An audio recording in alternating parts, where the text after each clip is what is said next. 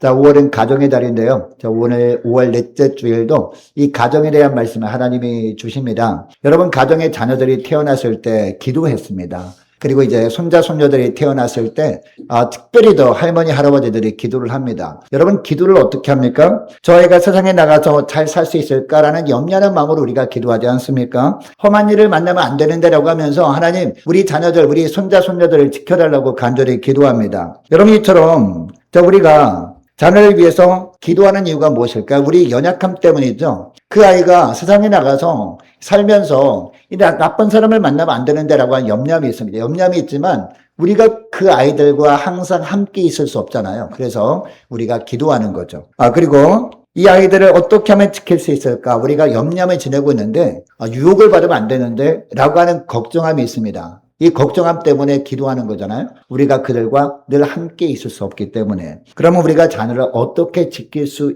있기에 우리가 기도하는 겁니까? 우리가 함께 할 수 없지만 그들과 영원토록 함께 하시는 말씀이 있으면 되는 거죠. 그래서 오늘 본문에 보니까 바로 그 말씀을 우리에게 하십니다. 자, 오늘 본문이 바로 자녀들을 향해서 간곡하게 당부하시는 하나님의 말씀인데요. 여러분, 말씀은 살아있는 말씀인 줄 믿으시기 바랍니다. 살아있는 말씀이라고 하는 것은 우리가 한번 듣고 끝내버린 말씀처럼 보이지만 주님께서요, 항상 우리와 함께 하시는데 어떤 방법으로 함께 하시느냐? 우리 자녀들이 이제 부모를 통해서 말씀을 받습니다. 예배 시간에 말씀을 받습니다. 그 말씀을 한 번 듣고 잊어버린 것처럼 보입니다. 그러나 세상에 나가서 어떤 죄악의 유혹이 찾아올 때 갑자기 그 말씀이 떠오르게 하는 방식으로 주님께서 지켜주시는 줄 믿으시기 바랍니다. 그래서 오늘 본문을 통해서 우리 자녀들을 어떻게 하면 지킬 수 있는지 그 비결을 말씀하고 있는데 그 비결이 전체 주제가 하나입니다. 바로 여호와를 경외하는 가정이 되는 겁니다. 자, 그러면 여호와를 경외하는 가정은 어떤 가정이냐? 세 가지로 말씀하고 있는데요. 첫째로 자녀를 말씀으로 빚어가는 가정이 바로 여호와를 경외하는 가정이다라고 하고 있습니다. 자, 8절 말씀 보세요. 자, 8절 보니까 내 아들아 내 아비의 훈계를 그 다음에 뭐라고 하고 있습니까? 들으며 라고 하고 있습니다. 자, 그 다음에 내 어미의 법을 어떻게 하라? 떠나지 말라라고 말씀하고 있습니다. 여러분, 여기서 먼저 우리가 붙들어야 될 두 가지 단어가 나오는데요. 아비의 훈계 그리고 어미의 법, 이 두 가지가 우리가 붙들어야 될 말씀이에요. 자, 그런데 여러분, 여기서 말하는 아비의 훈계, 어미의 법은 뭘까요? 부모가 자녀들에게 날마다 쏟아내는 잔소리를 말하는 걸까요? 잔소리를 말하는 것이 아닙니다. 자기 경험과 그리고 자기 욕심에서 나오는 간섭하는 말도 아닙니다. 부모가 하나님의 말씀을 근거로 자녀에게 건네는 권면이 바로 아비의 훈계, 어미의 법이라는 겁니다. 여러분, 이때 정말 중요한 것은요, 순서입니다. 순서. 부모가 먼저 하나님의 말씀에 붙들려서 살아보는 겁니다. 부부가 먼저 하나님의 말씀에 붙들려 살아볼 때 그때 말씀을 통해서 하나님께서 승리케 해주시는 경험을 해보는 겁니다. 이렇게 경험을 먼저 해본 다음에 이처럼 말씀을 통해서 승리해본 경험을 근거로 해서 그 말씀을 가지고 권면하는 거예요. 이렇게 할 때 아비의 훈계가 되고 어미의 법이 되는 것이지, 부모가 말씀대로 순종해서 살아보지도 않고서 그냥 부모에게 이 성경 말씀을 근거로 들이대면서 훈계하고 이것이 법이다라고 하면요, 그것은 훈계가 아니고 법도 아니고 뭐가 돼요? 그 순간부터 잔소리가 되어버리는 거예요. 그 순간에 엄마 아빠가 또 설교하시네 이렇게 돼버리는 겁니다. 자, 본문을 보면 자녀들에게도 말씀하는데 여러분, 자녀들에게 어떤 말씀합니까? 자, 8절 말씀 다시 보시기 바랍니다. 8절 보니까 자녀들에게 어떤 말씀하세요? 아비의 훈계를 들으라 라고 하고 있죠. 그리고 어미의 법을 어떻게 하라? 어미의 법을 떠나지 말라 라고 하고 있습니다. 떠나지 말라는 것은 무슨 얘기예요? 항상 붙들고 살아라 라는 겁니다. 왜 이렇게 말씀하시느냐? 자, 9절에 보니까 그 이유를 말씀하는데요. 자, 9절 말씀 우리 함께 읽습니다. 시작. 이는 내 머리에 아름다운 관이요 내 목에 금사슬이니라 라고 하고 있습니다. 여러분, 여기에 아름다운 관이라고 하는 것은 무슨 이야기일까요? 이 관은 승리의 상징을 말합니다. 이런 삶을 살 때 하나님께서 승리의 축복을 주신다라는 거죠. 그리고 목의 금사슬은 뭐냐? 이 금목걸이는 뭐냐? 바로 보호를 의미하는 겁니다. 이렇게 할 때 말씀이 바로 자녀들의 영혼을 보호해 준다라는 말씀을 하는 겁니다. 부모가 먼저 말씀에 순종함으로 승리의 삶을 살아본 후에 그 말씀을 근거로 권면할 때 자녀가 그것을 외면하지 않게 되고, 그리고 그 말씀대로 자녀도 순종의 부모로 말미암아 주님께서 승리의 축복을 주실 뿐만 아니라 보호해 주시는 은혜를 베풀어 주신다. 이 말씀을 하는 겁니다. 여러분, 그러니까 말씀의 훈계는요, 자녀를 올가매는 사실이 아닌 겁니다. 부모가 먼저 말씀대로 살아보고 승리한 다음에 그 말씀을 근거로 자녀들에게 권면하는데, 그때 언뜻 자녀들 어떤 생각을 합니까? 하나님의 말씀이 나를 올가매는 사실처럼 느껴진다는 거죠. 아, 너무 힘들어 라고 하는 생각이 든다는 겁니다. 그러나 이렇게 부모가 먼저 말씀대로 살아보면서 하는 권면은요, 자기를 올가매는 사실이 아니라는 겁니다. 자녀의 머리에 씌워지는 영광의 관이다. 이 말씀을 하는 겁니다. 여러분, 디모데후서 1장 5절에 보면 사도 바울이 디모데를 소개하는데 어떻게 소개합니까? 디모데후서 1장 5절 말씀에 보니까 이런 말씀을 합니다. 디모데를, 그 안에 있는 거짓 없는 믿음은 누구의 믿음이에요?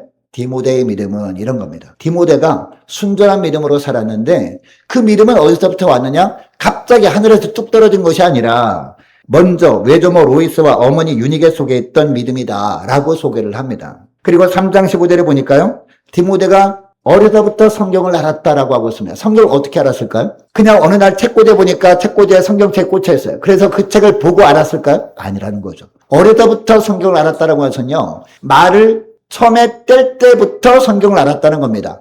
여러분, 말을 뗄 때 이 엄마가 어떻게 합니까? 계속해서 말을 걸어주잖아요. 말을 걸어주면은 처음에 하고 빠빠 하다가 이제 말을 튀는 거 아니겠습니까? 그때부터 어떻게 했어요? 계속 성경 말씀을 들려줬다라는 거예요. 누가요? 할머니가. 또 누가요? 엄마가 그렇게 했다라는 겁니다. 여러분, 당시 디모데의 가정은요, 부유한 가정이 아니었습니다. 여유가 있는 가정이 아니었습니다. 그리고 아버지는 헬라인이었습니다. 이 아버지는 믿음의 사람도 아니었다라는 겁니다. 이런 열악한 환경이었지만 외할머니와 어머니 두 여인이 어린 디모데를 어릴 때부터 어떻게 했어요? 무릎에 앉혀놓고 성경 말씀을 들려준 거예요. 엘리야 이야기도 들려주고 다윗 이야기, 요셉 이야기 쭉 들려줬던 겁니다. 그러다 보니까 어려서부터 디모데가 어떻게 해요? 자연스럽게 성경을 알게 되었다라는 겁니다. 그 결과 디모데는 바울이 가장 신뢰하는 동역자, 한 교회를 믿고 맡길 만한 믿음의 사람으로 자랄 수 있었다라는 겁니다. 어려서 받은 말씀의 훈계가 자라서 그 머리에 영광이 관이 된 줄 믿으시기 바랍니다. 먼저 할머니 그리고 엄마가 먼저 말씀을 통해서 자기 삶에 적용해 보는 거예요. 이 할머니를 먼저 그렇게 적용해 보고 자기 딸에게 그렇게 한 겁니다. 훈계한 겁니다. 그 딸이 그 훈계를 받은 겁니다. 그렇게 잘한 거예요. 그러다 보니까 그 딸도 아들 디모데가 태어났을 때 그렇게 똑같이 해본 겁니다. 그렇게 하다 보니까 디모데가 이 바울의 뒤를 이어서 교회를 아름답게 세워가는 믿음의 리더가 될 수 있었다라는 겁니다.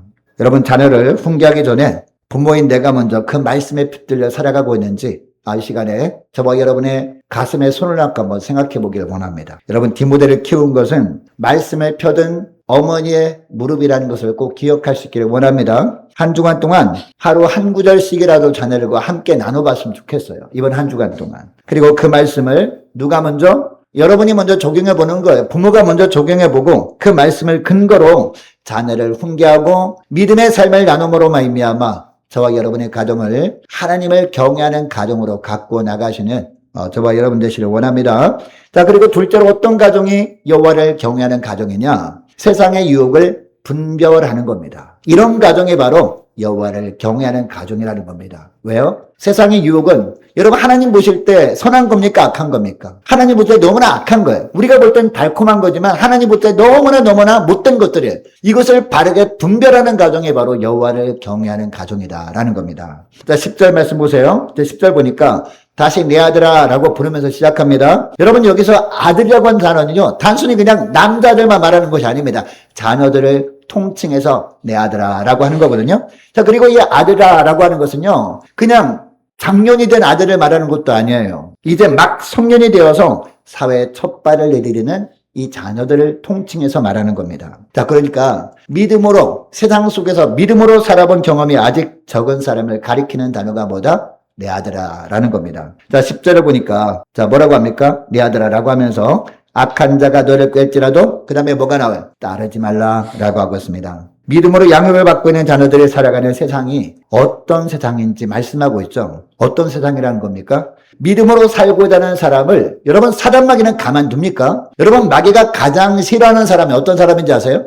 오직 말씀으로 살아가는 사람을 너무너무 싫어합니다. 그래도 세상이 악으로 가득했지만 그래도 나는 믿음으로 살 거야. 이런 사람을 제일 싫어하거든요. 그래서 어떻게 합니까? 사단이 사람을 통해서 꿰어내려고 하는 거죠. 그래서 믿음을 약화시키려고 하는 것이 바로 세상이다라는 겁니다. 이처럼 믿음으로 살고자 하는 사람을 꿰어내려고 하는 악한 자들이 너무나 득실되는 곳이 바로 이 정글 같은 세상이다라고 말씀하고 있는 겁니다. 여러분, 만일 악한 자가 저와 여러분과 자녀들을 이 세상에 사는 동안 꿰어내려고 할 때 이 엄청나게 무서운 모습으로 딱 나타난다면 금방 깨닫겠죠. 이 얼굴 모습만 보여도 느낌만 봐도 알잖아요. 그죠? 느낌으로만 봐도 딱 알아요. 그래서 피할 수 있습니다. 그런데 그렇게 다가오지 않는다는 겁니다. 여러분, 어떻게 다가옵니까? 사단마귀가 사람을 통해서 우리를 유혹해 올 때, 이 함께 죄를 짓자라고 유혹해 올 때 어떻게 유혹해 와요? 너무나 아름다운 모습으로 다가온다는 거죠. 여러분, 연예인 중에서 선호하는 연예인들 있지 않습니까? 우리 청년들 보면 누구 좋아해? 라고 하면 누구 이렇게 하잖아요.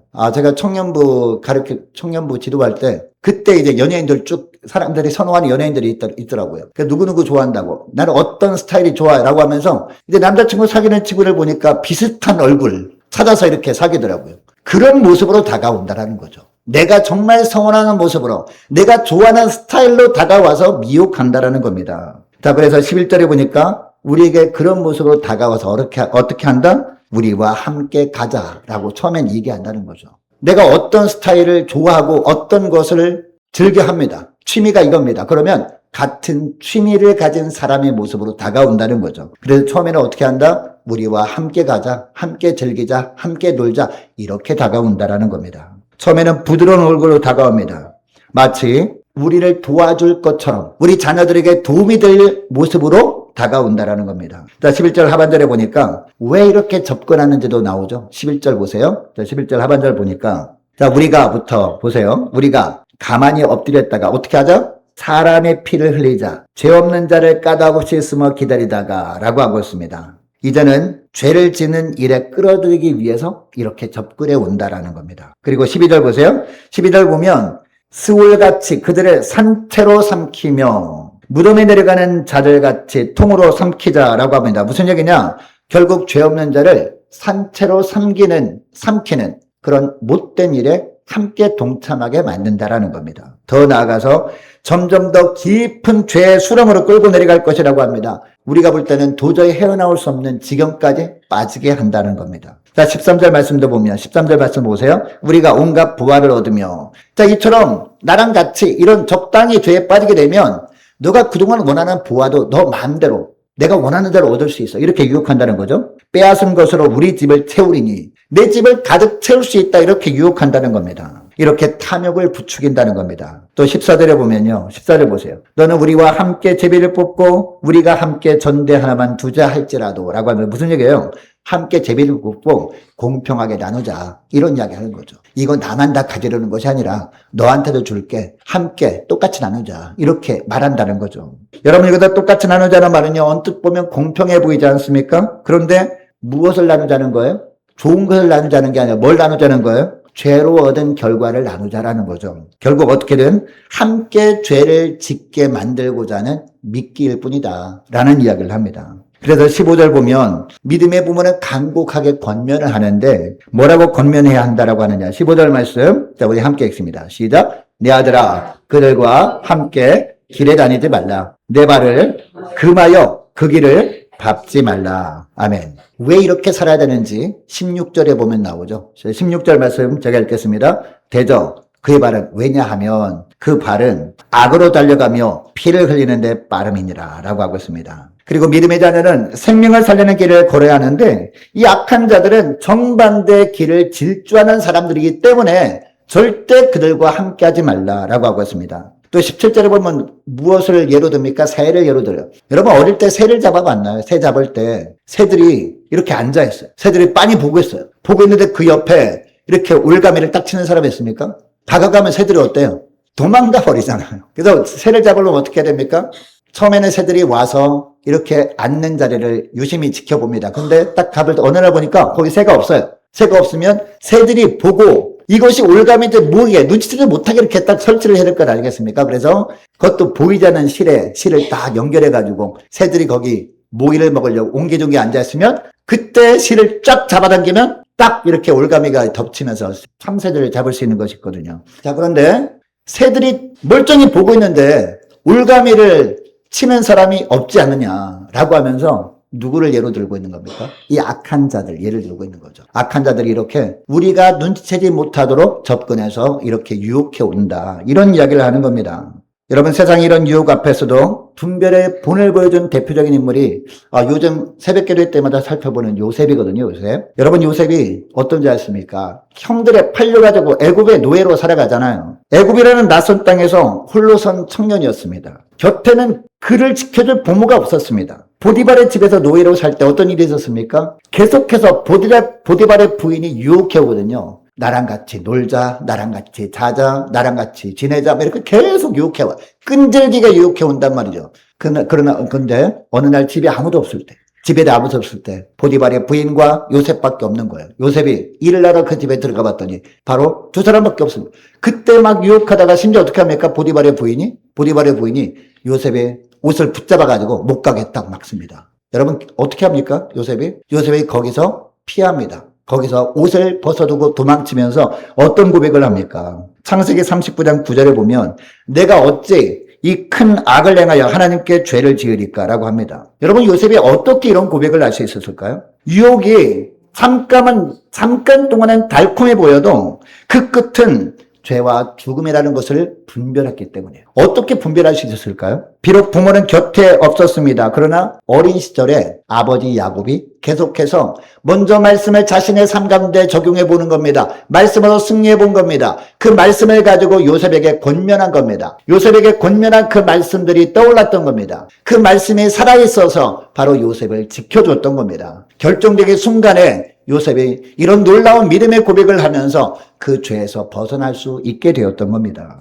하나님을 경외하는 훈계가 그의 마음에 관처럼 그리고 금사들처럼 남아있었기 때문에 이렇게 분별할 수 있었고 이런 고백을 할 수 있었던 거예요. 여러분, 세상의 유혹은 오늘날도 마찬가지입니다. 험한 얼굴로 다가오지 않습니다. 무시무시한 모습으로 다가와가지고 우리를 유혹하면 누가 유혹에 넘어가겠습니까? 아무도 안 넘어가죠. 어떤 것으로 유혹해 온다고요? 내가 가장 평소에 좋아하는 걸로 내 마음속에 어떤 욕심이 있거든요. 그 욕심을 채울 만한 것으로. 그리고 언제 유혹해 오느냐? 아무도 보는 사람이 없을 때, 아무도 보는 사람이 없어서 들키지 않을 것 같을 때 그때 마침 우리에게 찾아와서 유혹한단 말이에요. 한 번만 딱 한번 해봐라. 괜찮다라고 하면서 함께 가자. 다들 이렇게 산다. 이것도 다 능력이다. 이렇게 부드러운 말로 우리에게 찾아와서 유혹해 온다는 겁니다.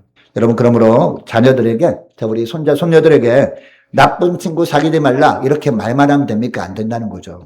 유혹이 처음에 어떤 모습으로 다가오는지 그리고 그 끝이 어디인지를 정확하게 우리가 권면해 줄 필요가 있다는 겁니다. 그리고 부모인 우리부터 어떤 삶을 살아야 돼요? 우리가 삶 가운데 우리가 일할 때 부정직한 것 그리고 아주 작은 이 불의와의 타협 앞에서도 요셉처럼 어떻게 해야 돼요?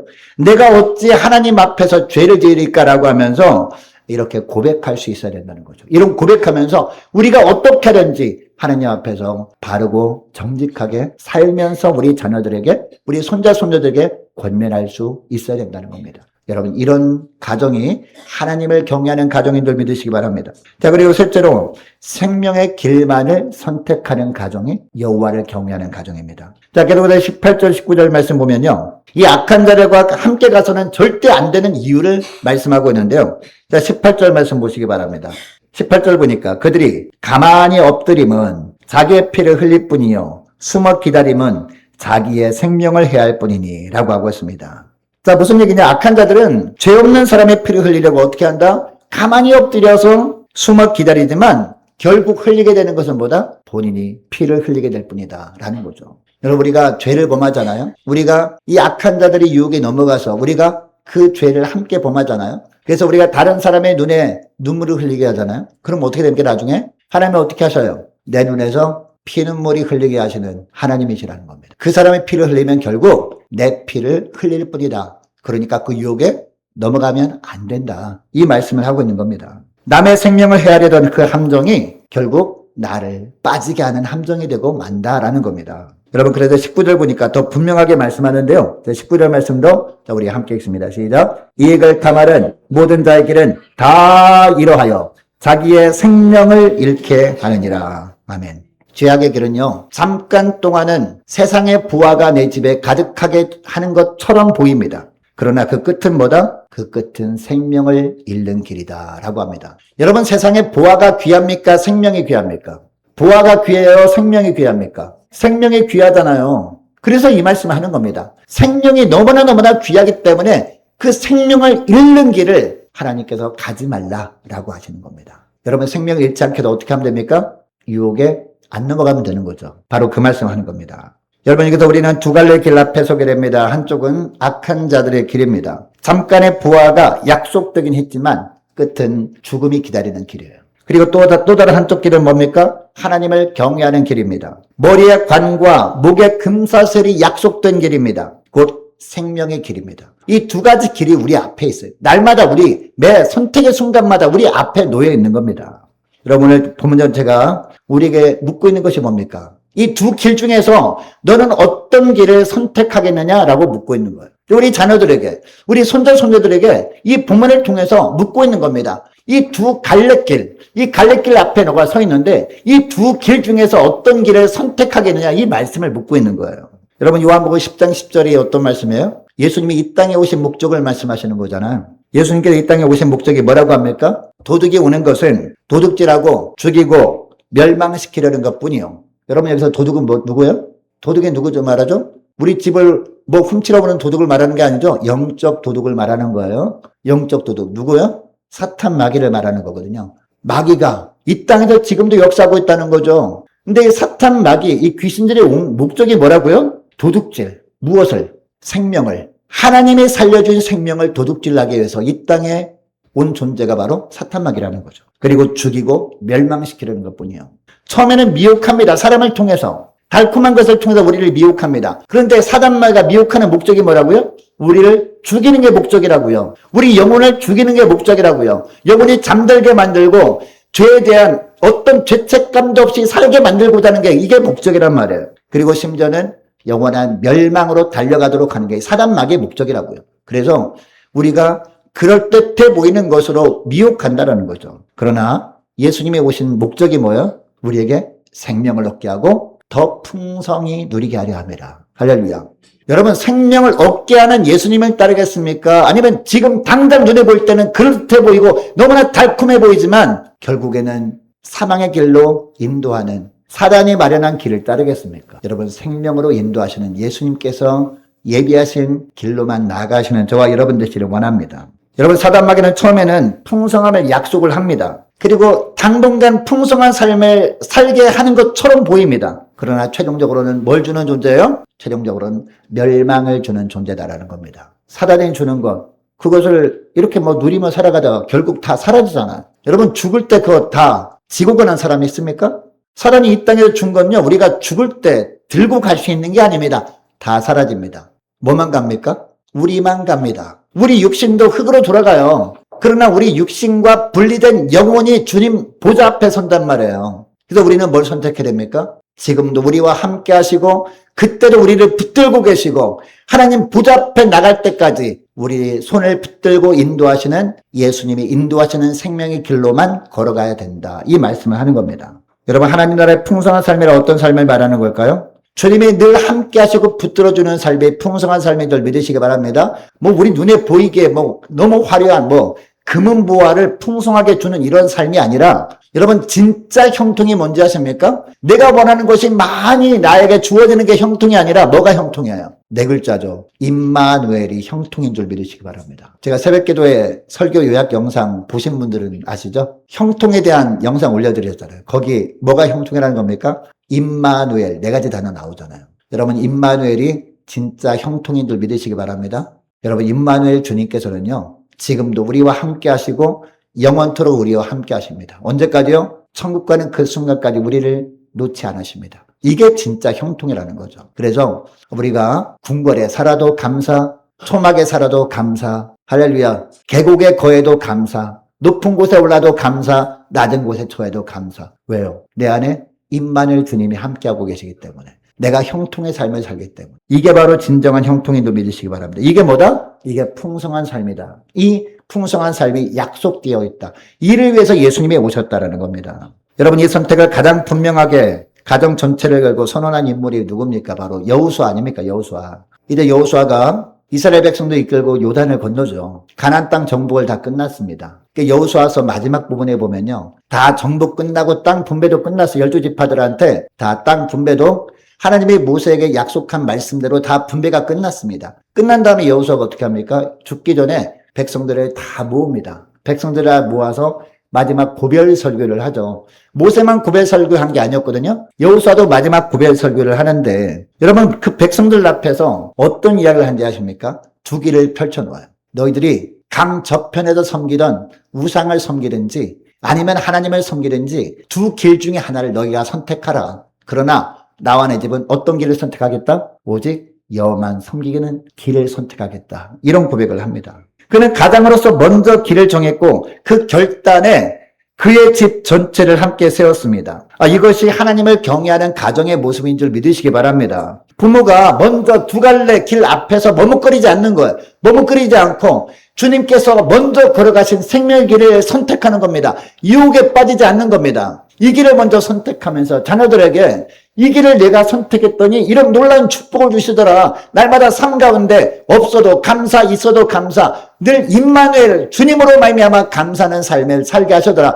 이런 놀라운 풍성한 축복이 있더라. 이렇게 고백하면서 권면하는 거예요. 여러분, 이런 가정이 여호와를 경외하는 가정인 줄 믿으시기 바랍니다. 여러분, 이제 말씀을 맺길 원하는데요. 여러분의 가정은 여러분 무엇을 섬기기로 작정하십니까? 자, 그동안 이렇게 우리가 생각해 본 적도 없죠. 여러분, 여호수아를 통해서 하나님께서 우리에게 말씀하시는 거예요. 이 둘 중에서 너희는 무엇을 섬기려고 하느냐 이렇게 묻고 계신데, 여러분 여호수아처럼 담대하게 나와 내 집은 오직 여호와만을 섬기겠노라 라고 고백할 수 있는 저와 여러분 되시기를 축복합니다. 이제 말씀을 정말 맺길 원하는데요. 여러분이 하나님을 경외하는 가정은 어떤 가정이라고요? 첫째로는 말씀으로 자녀를 빚어가는 가정이 되는 거예요. 할렐루야. 둘째는 뭐였습니까? 세상의 유혹을 잘 분별하는 가정이 여호와를 섬기는 가정이에요. 여호와를 경외하는 가정이에요. 그리고 마지막 하나 뭐였습니까? 두 길이 있습니다. 악한 길, 선한 길이 있어요. 사단이 우리를 미혹하는 길이 있습니다. 주님의 걸어가신 생명의 길이 있습니다. 이 두 길 중에서 생명의 길로만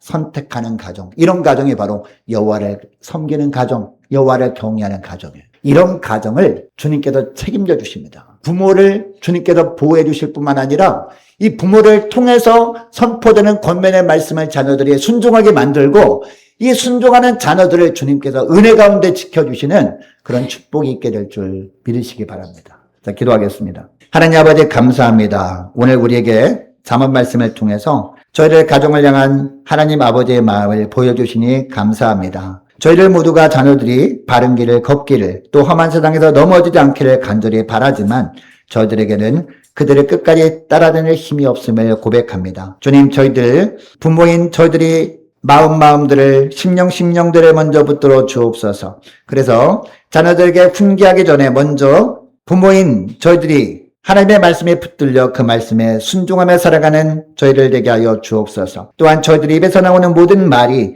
세상의 기준이 아니라 주님의 말씀에 뿌리 내리게 하시고 디모데의 어머니처럼 자녀와 함께 말씀을 펴는 복된 가정들 되게 하여 주옵소서. 세상이 아무리 달콤한 모습으로 부드러운 얼굴로 자녀를 꿰을 때도 그들을 잘 분별함으로 말미암아 그들이 꾀임에 넘어가지 않도록 붙들어 주옵소서. 하나님, 요셉처럼 어찌 큰 악을 행하여 하나님께 죄를 지을까 고백하며 그 길을 밟지 않는 저희들과 자녀들 다 되게 하여 주옵소서. 두 갈래 길 앞에서 저희들의 모든 가정들이 머뭇거리지 않게 하여 주옵소서. 여호수아처럼 나와 내 집은 오직 여호와만을 섬기겠노라 분명히 선택하고 선포하는 가정들 되게 하여 주옵소서. 생명을 주시고 더 풍성히 주시려고 오신 예수님, 저희들의 가정이 그 풍성한 생명을 날마다 누리며 살게 하여 주옵소서.